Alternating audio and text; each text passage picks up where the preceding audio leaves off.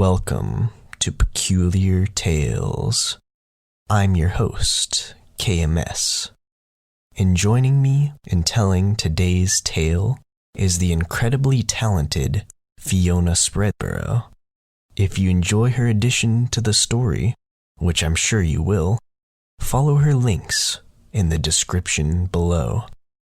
Onwards to the tale, which is an unsettling treat just in time for the holidays. The term uncanny valley comes to mind when describing this story. The mask which it features brings the animated into reality in a rather unsettling fashion. Not only does this mask stir an uncomfortable response in its looks, but also in its personality. A personality best left on the screen rather than brought into the real world. This is The Mask. So you're the attorney. Well, let me start out by saying I'm innocent. 100% innocent in Madeline's death. But, well, I apologize in advance because you're never going to get me out of this. If I were you, I'd turn around right now and leave. Forget about this, about me, all of it. You've heard the report I gave to the police? I'm surprised you even showed up, to be honest. What if I tell you it's true? I have a feeling you're gonna want an insanity plea with what you've heard so far. I would feel the same if someone else was telling me what I experienced, but I swear every last bit of this is the truth. I'll just start from the beginning, be as detailed as possible. You want details, right? Oh, okay. You might want to freshen up that coffee or a tea or whatever you're drinking, because this might take a bit. It's probably going to be a waste of your time, too.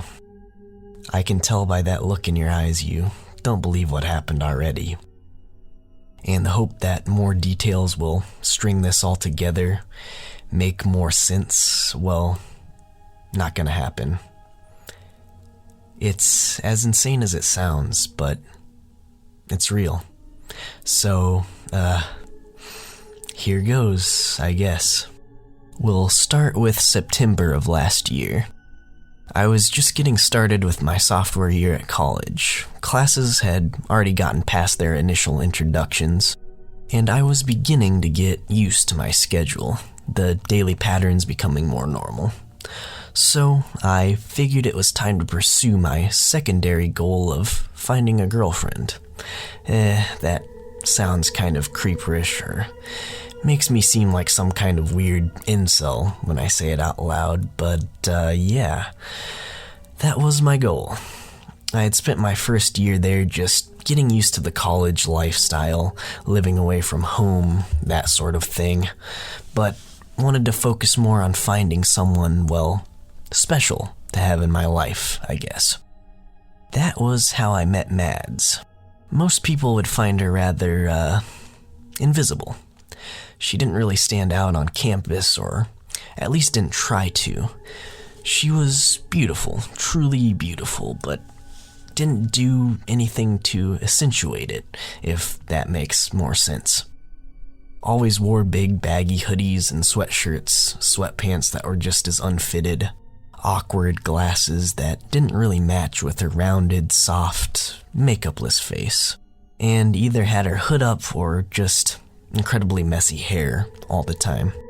I probably wouldn't have noticed her either, more on account of being antisocial and never leaving my dorm except for classes, but dating apps are a thing, and I saw she was into anime, games, stuff like that, like me, and that she was at the college as well. Then we ended up matching. The first few dates, if they could even be called that, were fairly simple.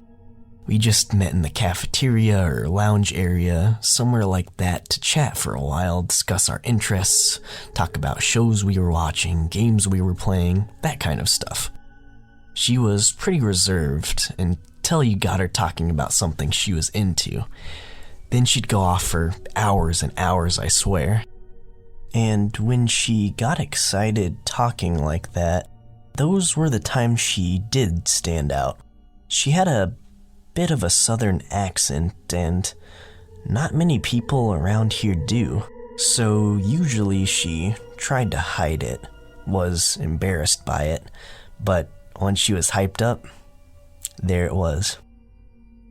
So yeah, I wasn't expecting to get an official date or anything like that for a while.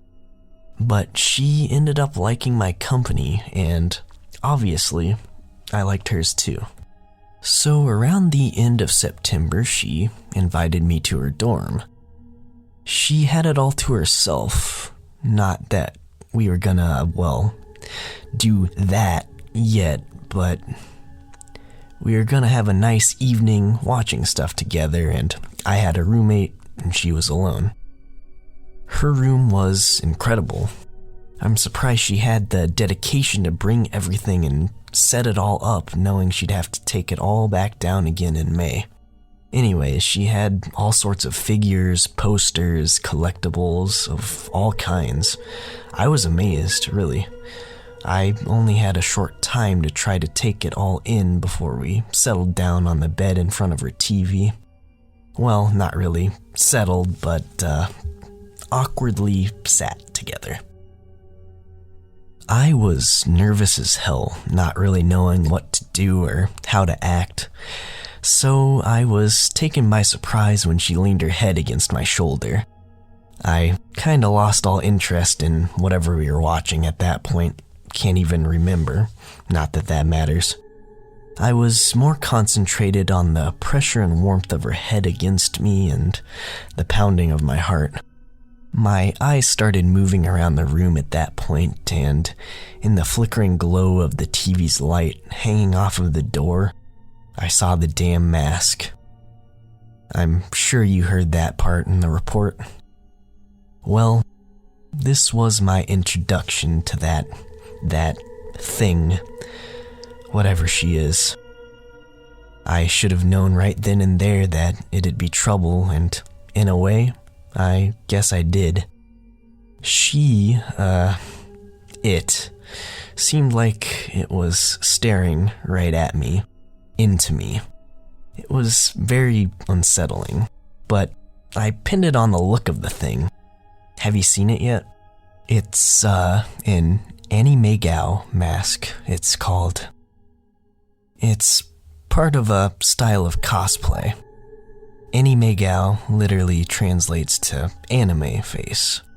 Anime faces are fine and all in anime, but seeing it in the form of a mask, those massive, piercing, unblinking eyes, those eyebrows that are way too high, that small nub of a nose or pretty much lack thereof, that never-changing expression.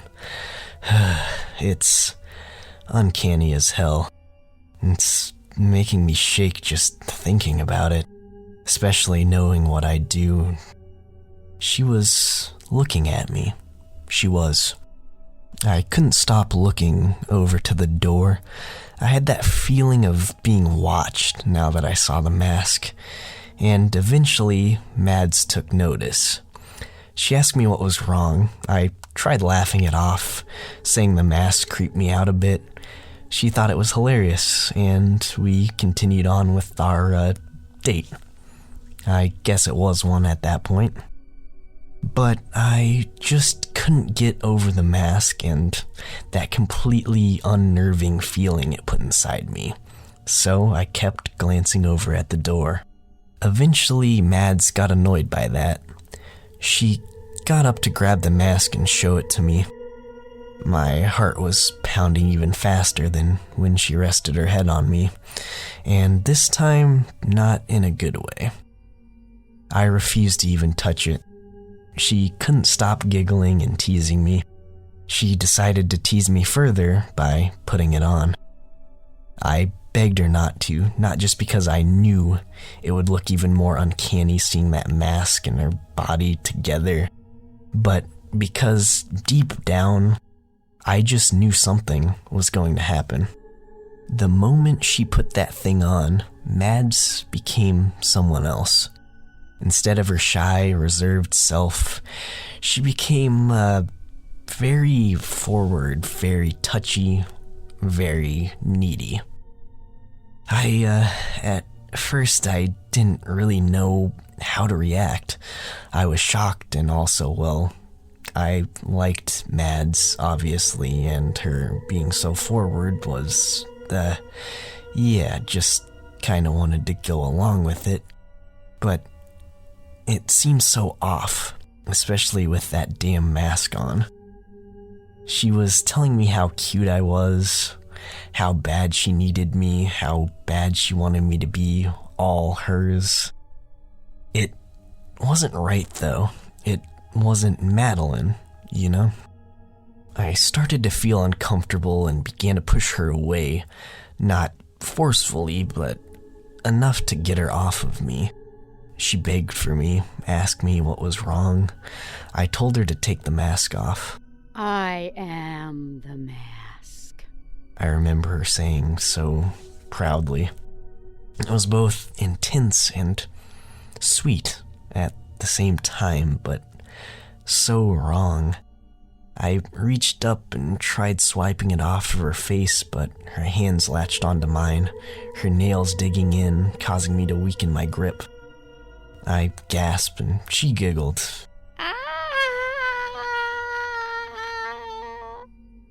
You're mine. Not hers. She demanded. Not hers.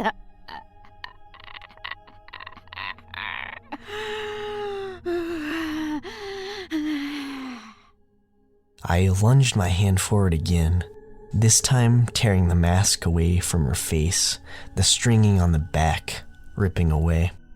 It fell to the bed and Mads gasped, her grip on my hand loosening.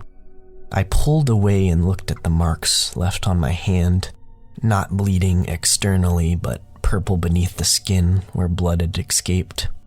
She stuttered out some incoherent words before apologizing and trying to explain she didn't know what happened. She was back to normal, at least, and I was relieved at that, but in the moment I couldn't mentally come back from what had just happened. I got up silently, quickly slipped on my shoes and left. It was a warm and humid night, just getting cool enough for that humidity to turn into a foggy mist. My dorm was all the way on the other side of campus. In my whole way back, walking quickly but not running to make a scene, I remember looking over my shoulder, expecting Madeline to come out of the fog with that mask on. Luckily, that didn't happen though. After that, I didn't talk to her for the longest time. I was genuinely afraid after what happened. I told the few friends that I had that she was just kind of crazy, not right in the head or something, and I couldn't handle it.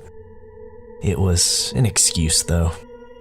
I can't really explain how I knew it wasn't just her with some split personality disorder or something like that beyond the feeling I got when looking at the mask as it hung on the door.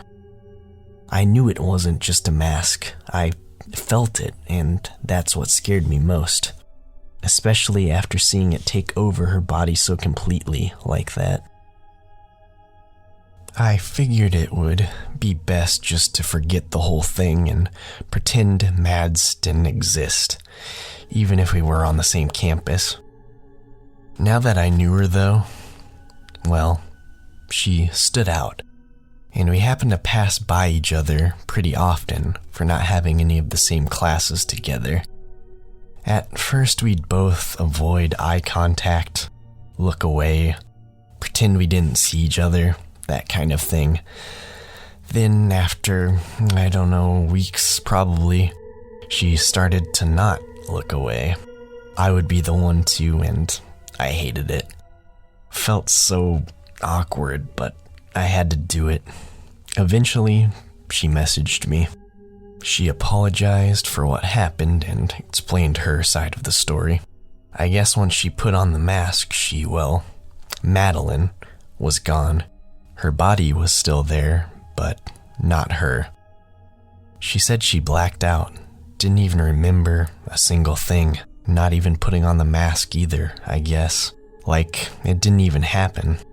She said she was too embarrassed to message me sooner, but finally got up the courage. She said she'd been having these unexplainable blackouts for a couple of years. Not even doctors could figure out what was causing them. I knew, of course, but I didn't know how to break it to her. She wouldn't believe me, no way. I thought if worse came to worst, I'd have her put the mask on, but not only was that not something I wanted to experience again, but she seemed to forget the moments prior to putting the mask on as well, so would she even remember?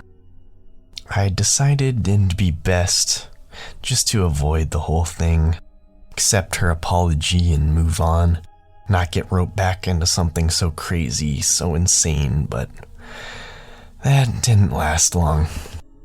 I felt bad, first of all, and I did miss her too. She was so sweet, so cute. And yeah, I made the mistake of, getting involved with her again. I thought everything was good, though. I thought I had it all figured out. I told her we could start hanging out again under one condition. She'd get rid of the mask. She thought I was crazy at first, but after explaining to her that it genuinely creeped me out and that I associated it with that night she blacked out, she understood. The first time I visited her again, I scanned the entire dorm room for any trace of that damn mask, and I'm pretty sure I sighed in relief when I didn't see it. Things were, honestly, pretty great for a while. We got closer and closer, even made things official. She was slow to take things anywhere, so it wasn't until Thanksgiving break that I ended up spending the night with her. Not like that, but actually just sleeping over. We both had family issues back home and weren't planning on visiting over the holiday. Mads was always afraid she or I'd get caught since we weren't supposed to be spending the night in anyone else's room, but with so few people around because of the break, she was comfortable enough for it to happen, and that's when I met her for the second time. It was a cold and dark evening, and even colder wind outside. So with the heat on high in Mad's dorm room and snug against the warmth of her body beneath the covers, I was as comfortable as could be. I remember being nervous at first, but by the time I calmed down, I must have passed right out. I woke to a soft giggling and at first brushed it off while still half asleep. Then I felt cold fingertips gently stroking at my cheek.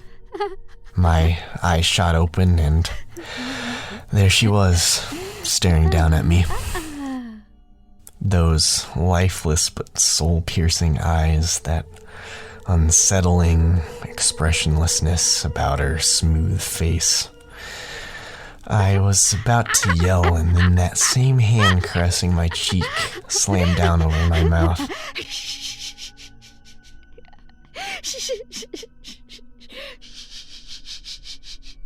It's just me.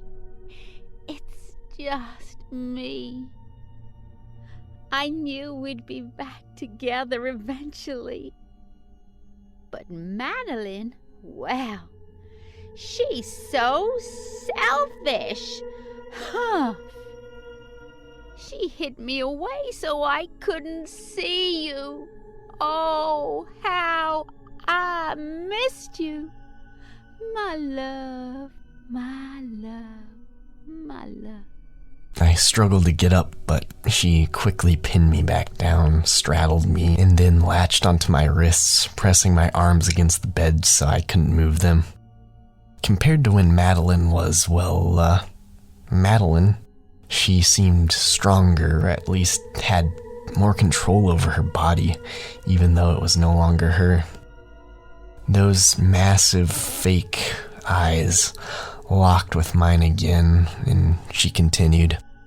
My love, my love, my love, my love, my love.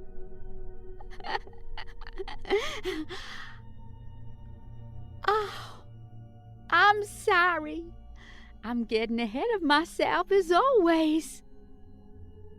You're so confused that you're frightened. I don't want that. I don't want that. I don't want that. I'm Eucarco. I usually don't have a body like Madeline. So, I like to use her sometimes. Maybe one day, all the time, if it means being with you. Whoa! Yo! Oh. Oh, yeah, being with you all the time, if it means being with you all the time, all the time, all the time. At this point, I was giving it everything I could to get her off of me. It was all too much, too unreal, too strange, too uncomfortably odd, but for being in such a small body, she was holding me down like it was nothing. Oh, come on now, come on. I know you like me too. Maybe even love me. Like I love you, yeah. The moment our eyes met for the first time, I just knew we were meant to be. You're so, oh God, you're so perfect. Perfect for me and only me. But Madeline is trying to steal you away, ruining our relationship. It's better with her out of the picture, no? And you still get to enjoy her body. I know it excites you.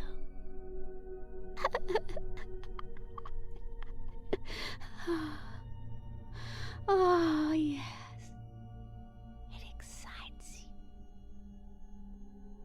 Keep me warm, love. I'm cold. I'm so cold. I want our bodies to be one.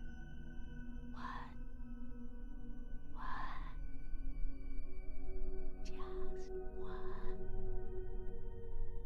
Even though my mouth had been free ever since she pinned my arms down, I couldn't manage to get a word out.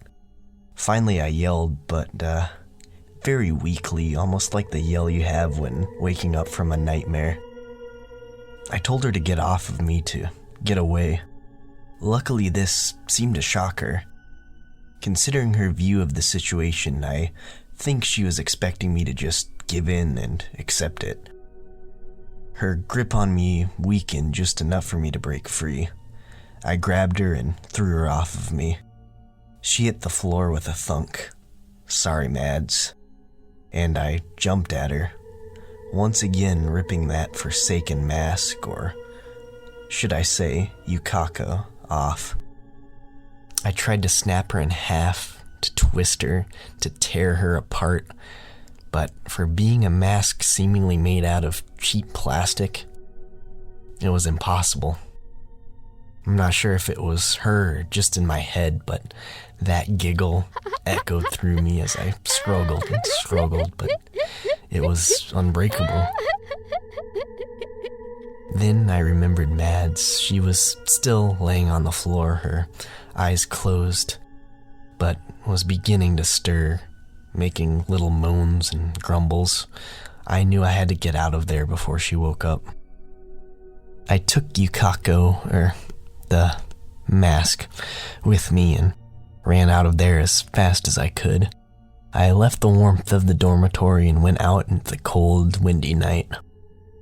I just started walking and fast, first trying to get as far away from Madeline as I could before she got up and saw me out of the window or something like that, and also just trying to figure out what to do with the mask.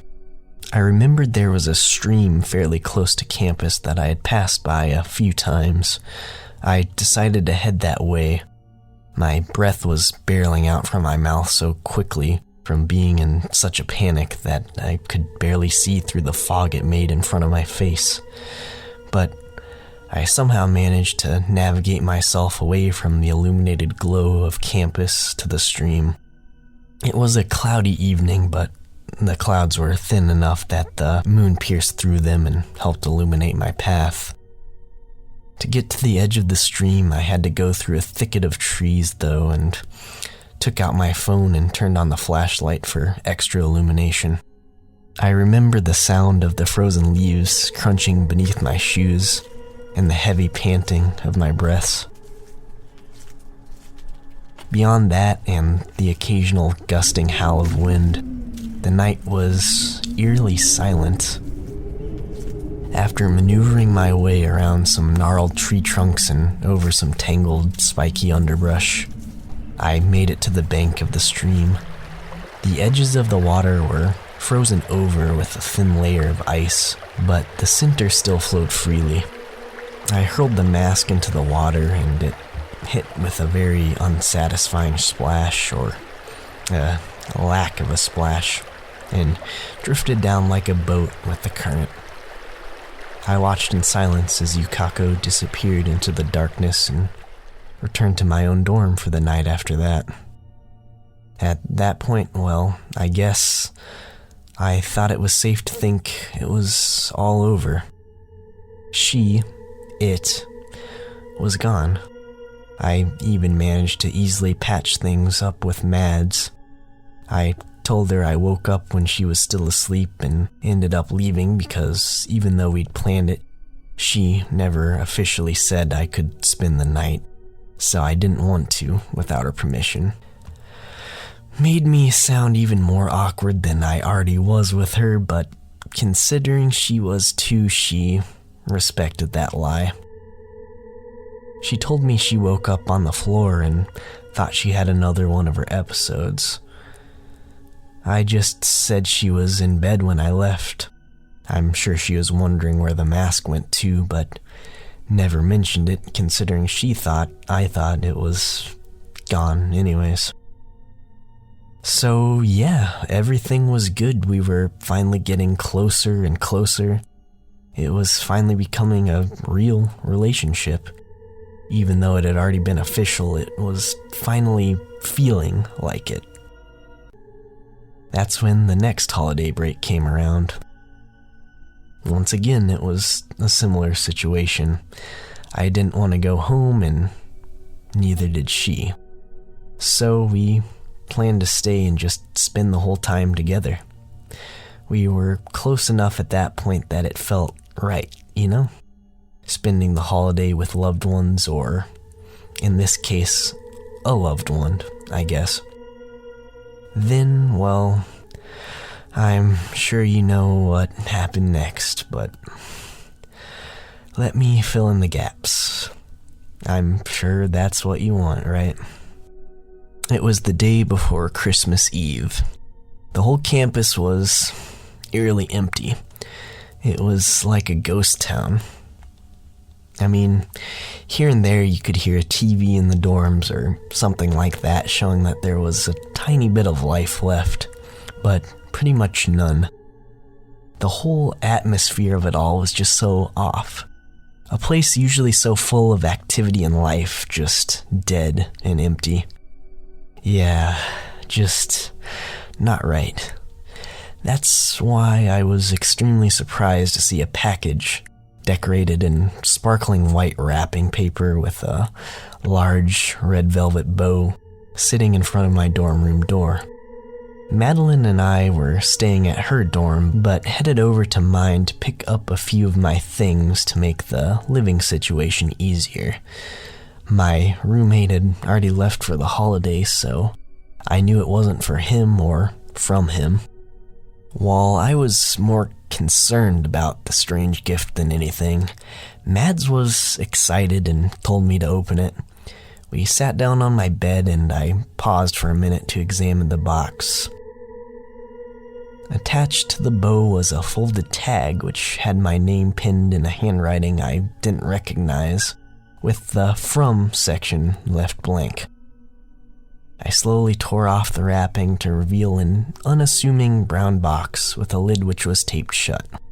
I cut through the tape with a utility knife, which I technically wasn't supposed to have in the dorms, revealing to my shock and horror Yukako, a red velvet bow, similar to the one on the package, tied atop her forehead.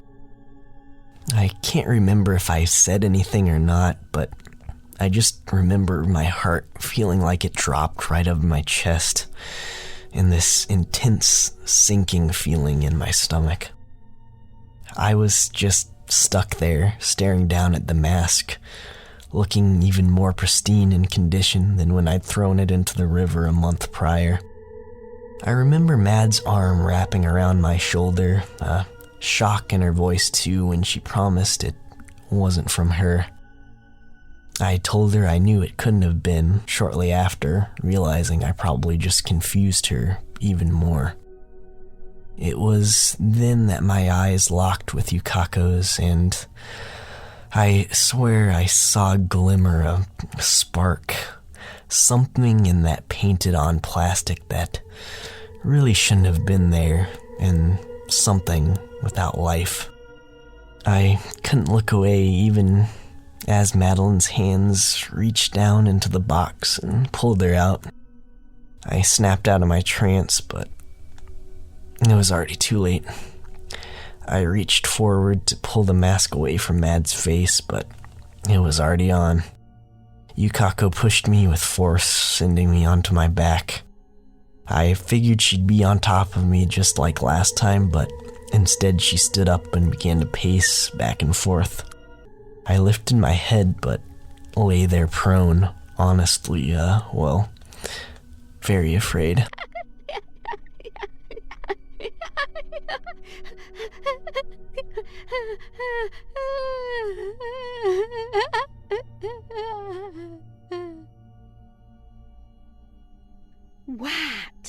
What? Surprised to see me? A girl found me all abandoned and alone. Oh, how I wish I could have kept her body. So beautiful, so shapely. But I know you enjoy Madeline's. So for you, I'll keep her instead. Speaking of, huff, really? Choosing Madeline over me? Why? Because I'm too complicated being like this and all? Is that it? I'm just not normal enough like her? How dare she get into your head like that? You could have been all mine. could have been all yours. But no! You had to go and throw me into a freezing cold river just to get rid of me because you liked her more. You could have done it more graciously, you know. Is that really what I deserved? I thought you had feelings for me, just like I do for you. Love. Love. Love. Feeling so insatiable, so undeniable, so demanding that every fiber of my existence is yours, and only yours. But of course, you can't feel that because of her, because of Madeline.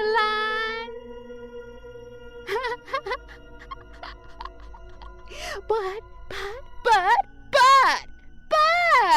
if we take her out of the picture, then,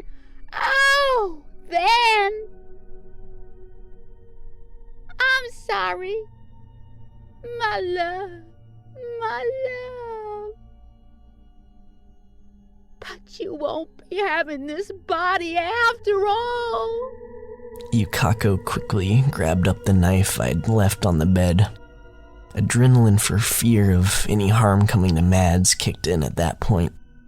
I jumped up from the bed and tried to rip the mask from her face.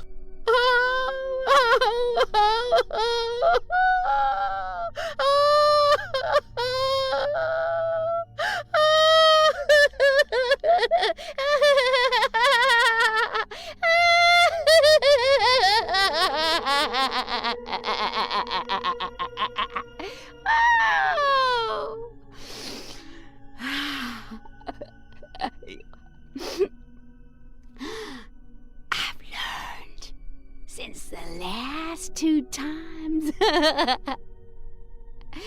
You can't get me with that one anymore. Naughty. She teased. I reached around to grab the strings off the mask, but there were none there. The mask was just completely locked on. I don't want to hurt you, my love. So please back up. She yelled as she pushed me backwards. I stumbled, my back slamming into the edge of my bed and the rest of me hitting the floor. She laughed and then began to stab herself, to stab Mads over and over again, while still laughing but gasping in pain at the same time. Blood was going everywhere, all over the floor, all over herself, Mads, and on me. I just looked away as she continued and eventually heard her knees hit the floor, then blood gurgling from her mouth. I don't know why I glanced over, but at that moment I did and saw the blood pouring out from beneath the mask. Then Madeline's body hit the floor. The mask fell off on impact and clattered away.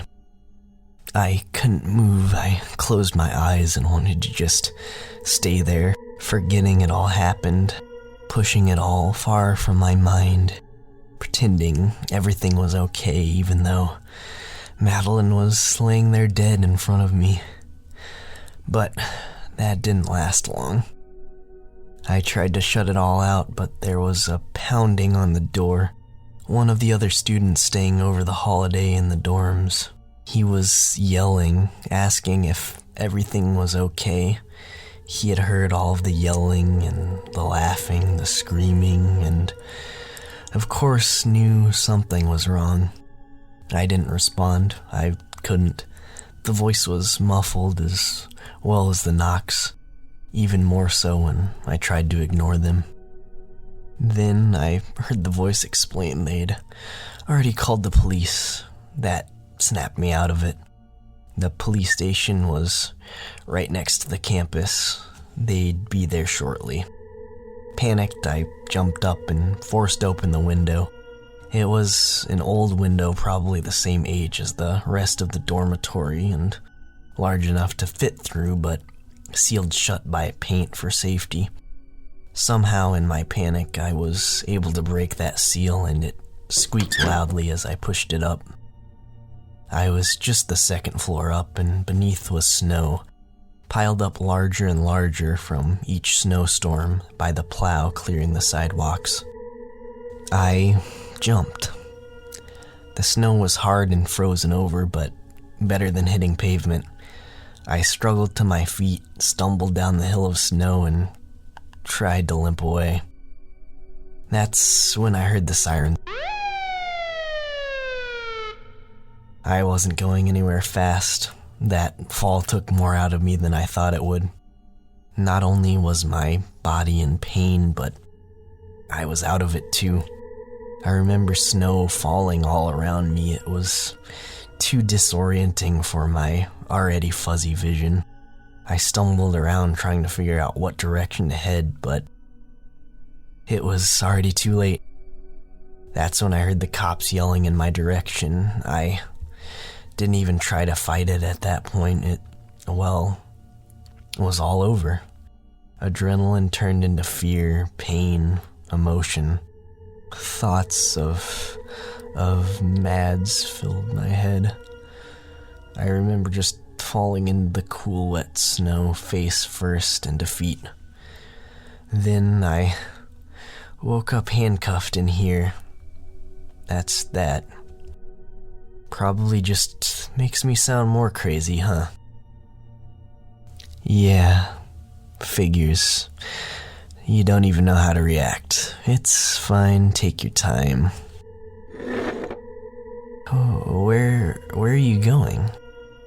You know what?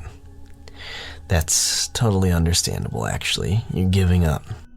I'll probably be safer in jail anyways. Just do me a favor, please. Find a way, some way to destroy the mask. Get rid of it. Something, please. I don't want to see it, Yukako, ever again, please. I don't want anyone else to go through that or be killed by her either. Got a lot of work to do in there. You were right. Anyways, I need to go over the evidence with the client. Could you have it taken out and brought in there with us? I'm hoping it'll get more out of him.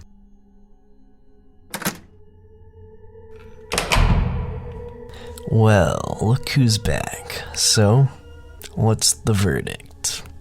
Think I'm guilty too? You're just crazy. No, actually, I can't believe myself and that I'm actually saying this, but I believe you, somehow. Somehow, I do, and if that mask is what you think it is, well, you're right. We have to get rid of it. I have someone retrieving the evidence now, mask included. We'll figure out what to do with it once she brings it in here to me. Wait, she? Yes, that's correct. Is that an issue?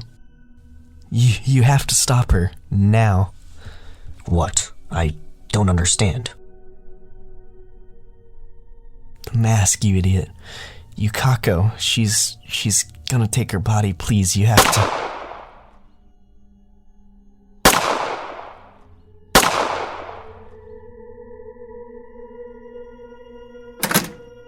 Well, hello, boys.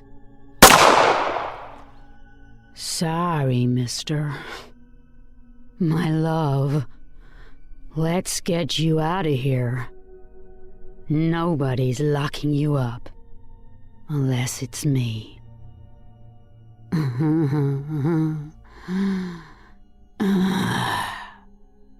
It's gonna be me.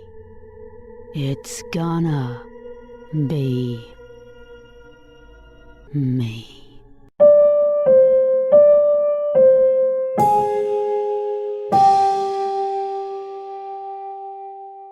That was The Mask, and this is Peculiar Tales.